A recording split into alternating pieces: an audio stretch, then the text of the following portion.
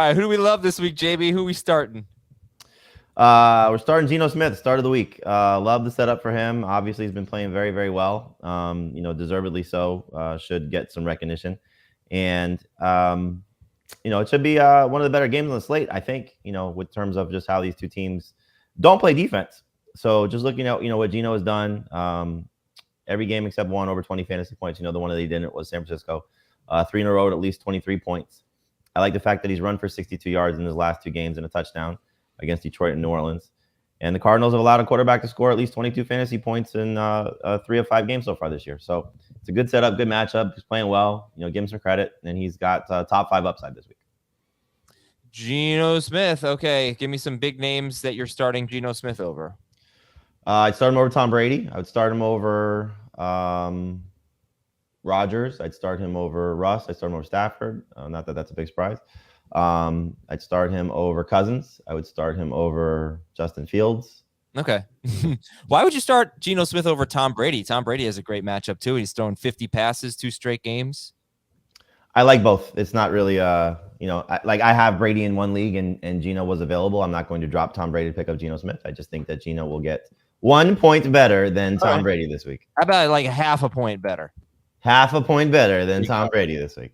Keith, who do you love? And while you're telling me that, just think about players to avoid because I might come to you first on that one. Ramondre Stevenson. Jamie said that Geno Smith had top 5 upside. I've got Ramondre Stevenson ranked top 5 at running back in both formats. I expect 20 plus touches, 100 plus yards, and multiple touchdowns. He is going to be an absolute superstar until Damian Harris comes back, and he might be a star after Damian Harris comes back.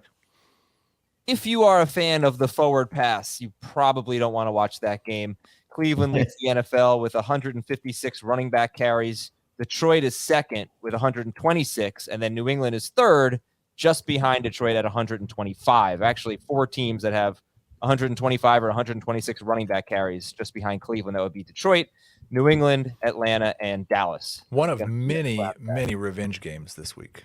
It's a huge slate of revenge games. All right, what do we got? Jacoby Brissett against Bill Belichick. Bill Belichick against Cleveland. Bill Belichick against Cleveland, a double revenge game. Maybe Andy Dalton against the Bengals. Ooh, okay. Melvin Gordon against the Chargers. There are a few more. I will think of them throughout the show. Hey, tell me if you agree with this. You got to do it today. If you're in a 2 QB league or a Superflex league, a little sneaky ad. Of course, it could not work at all. Taylor Heineke. Are we one bad start away on national TV against the Chicago Bears away from Carson Wentz getting benched? It's not a bad move in a 2 QB league, just, with how thin options are there. But, I mean, I know, and you guys have probably seen this as well, like today, as a matter of fact, people are picking up Skylar Thompson and right.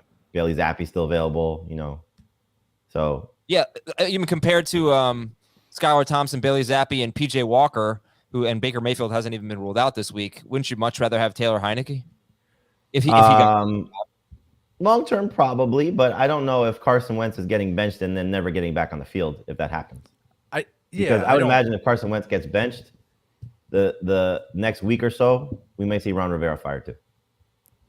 Yeah, could be. I don't think there's any reason for Washington or anyone else to believe that Taylor Heineke would be better than Carson Wentz has been so far. My only point is he's actually been fairly productive as a fantasy option, whereas, so is Carson Wentz. Yeah. But I'm just saying, compared to other backup quarterbacks. Yeah, I was just thinking, in terms of playing time. Yeah, I got you. All right, forget it. Players to avoid. Jamie, who are we sitting this week? You're off the hook, Heath. You're up next. I don't know if you can outright sit Clyde Edwards-Helaire, but I don't love Clyde Edwards-Helaire this week. And we kind of got the taste of what happens to him when he does not find the end zone last week. And I know the Bills have given up, I think it's 5 total touchdowns, 4 rushing touchdowns. So he certainly could fall into the end zone. But I think you kind of seen the pattern at this point with the Chiefs that when they're chasing points, Clyde's not as effective. And they're probably going to be chasing points this week. So there's a scenario of them chasing points this week, home underdogs.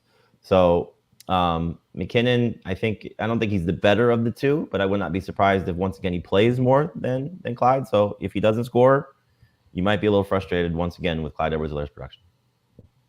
Okay, Clyde for Jamie, and how about you, Heath? Who's in a void?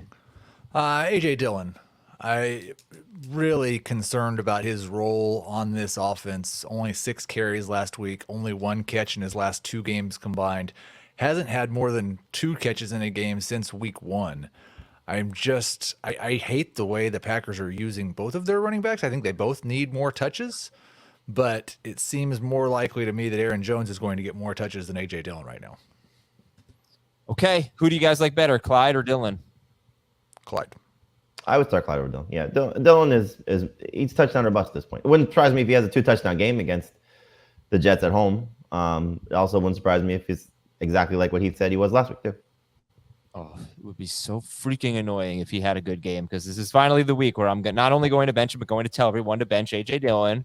And you could certainly see the scenario where they're blowing out the Jets, although I don't know that the Packers deserve that kind of respect. That they're just going to blow out the Jets. But yeah, I mean, you just don't. I'm definitely going to sit AJ Dillon. I'm going to be so mad if he has a good game, because I've stuck with him 5 straight weeks. He's been bad for 4 of them. I'm sure a lot of people would feel that way. 4 straight weeks. Week 1 was good. Yeah, no, I've stuck with him 5 straight weeks. He's been bad for 4 of them. Yeah.